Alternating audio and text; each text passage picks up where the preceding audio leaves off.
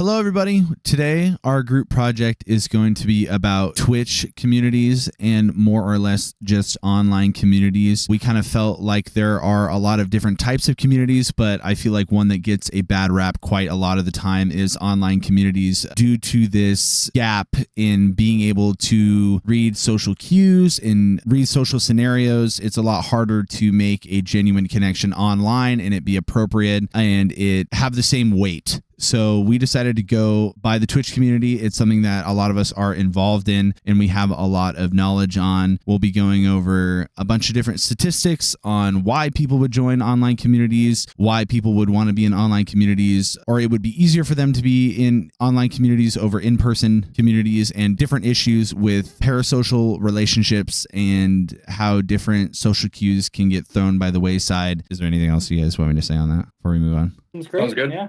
All right. So for our article review, we had to review 5 articles to get a sense of where the research is happening when it comes to online communities and especially Twitch communities. Some of our key findings doing this was 82% of viewers use Twitch to cope, and they cite the sense of community being really important, and then also it serving as a distraction and as entertainment. Then we looked also at some of the ways that parasocial relationships form, where people feel like they are closer, like personal relationships with the streamer than the streamer would view them, right? And there were a few things that we found that caused this, according to the research. One of them was the frequency of viewing, so just how often you're viewing the streamer's stream is going to increase the amount of parasocial relationship that you feel, and then also how much you're interacting, whether that's through chats or through donations as well. Then another thing that we looked at was the moderators tend to have marginalized identities, so they might be unemployed, or they're, I believe the ones that were mentioned specifically were they were more likely to be queer or non-binary, but there's a lot of different identities, right? These intersectional identities where these moderators tend to sit, and that increases the visibility of those identities within the community, which is rad. And that kind of tails into the next point here, which is streamers' preferences tend to dictate a lot of the ways that conversations happen in their stream. The streamer themselves have a marginalized identity. You want to redo that last like 2 sentences? Yeah. I can cut out that big stutter. Trying to remember what I was even talking about. I didn't mean to cut you off, but it was a big pause. And Dude, I was holding that cough bro. Oh my God. They can point marginalized moderators that might catch things that the basic kind of Twitch filters don't catch in the comments, and work a little bit more intentionally towards creating a safe community for more people. One of the studies that we were researching, or that we looked at, was looking at lurkers, like people who just watch the stream but don't really comment, don't really donate, or maybe less engaged. Those people tend to receive less social support because they're a viewer. There's not even really a way to interact with them, right? They're not showing up in the chat, they're not showing up in the donations, so those people tend to receive less support. In terms of the interventions that were proposed by the 5 articles that we looked at, one was having verified professional icon. That would mean that the people who are medical professionals,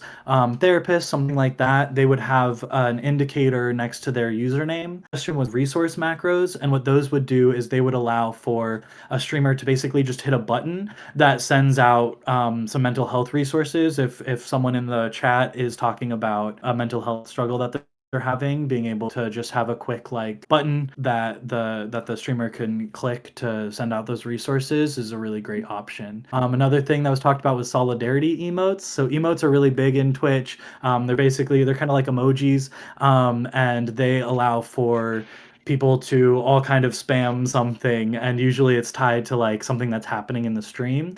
So if someone's talking about something difficult, having a solidarity emote is an option, like a community hug or something like that everyone can spam when someone's talking about something that they're struggling with. Some of the limitations in the research that we saw is there's not a lot of longitudinal data, so studies that happen over a long period of time.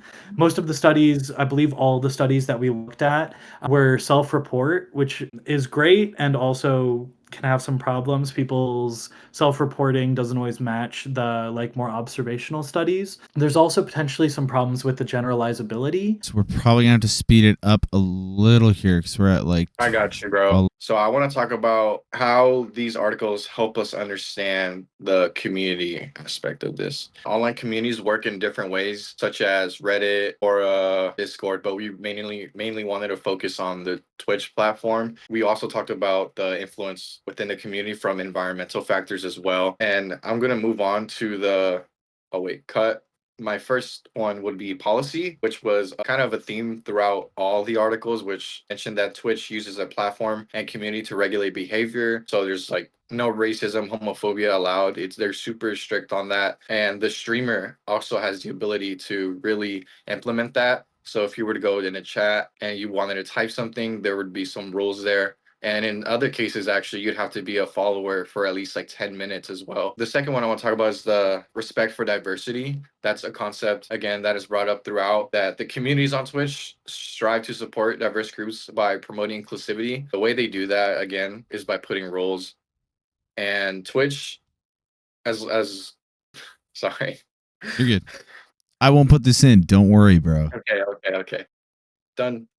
All right, so we move on to the root perspective. We're gonna go through strength and weakness. The source that we use, including the large scale of online survey, also in-depth of qualitative interview and mixed method. All of the study provide a practical design implication, offering concrete suggestion for platform like Twitch. The weaknesses, they're most voluntary respond, and also it's hard to compare since the community background is not specified. This can the cut cross-sectional design and short study period make it more difficult to determine cause and effect relationship or long-term impact. Offer idea for a future direction and improvement for this research.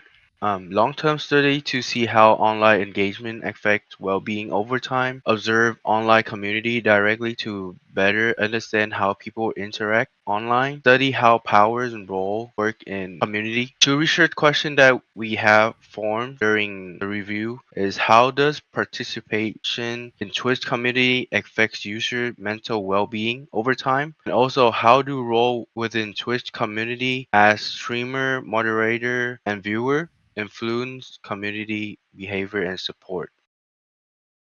Honestly, Speechless. Max, if you like see whatever I say is like a nothing burger, I don't mind. Like if you just add out like a sentence and you're like, bro, this has nothing to do with that. Like, we were scared we were gonna be short too. That's the funny part. I know, dude, and I think we're at 23 minutes. Do we want to do a little outro? Oh yeah. How do we do that? Thanks. Thanks for watching. Subscribe. Yeah. Like and subscribe. That's so cool. Max is a streamer. So bad. Yeah. Got that sexy voice, bro.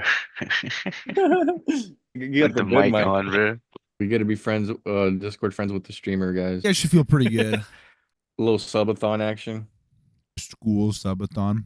Subathon. Oh. Am I the unk or the group? How old are you guys?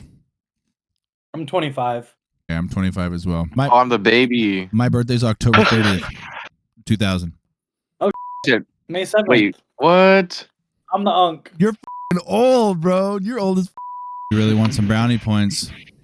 We could throw this one forward, and I won't tell you guys how I edit it, and I could just send it in. I could maybe try to make something funny. Yeah, bro, that'd be sick. Yeah.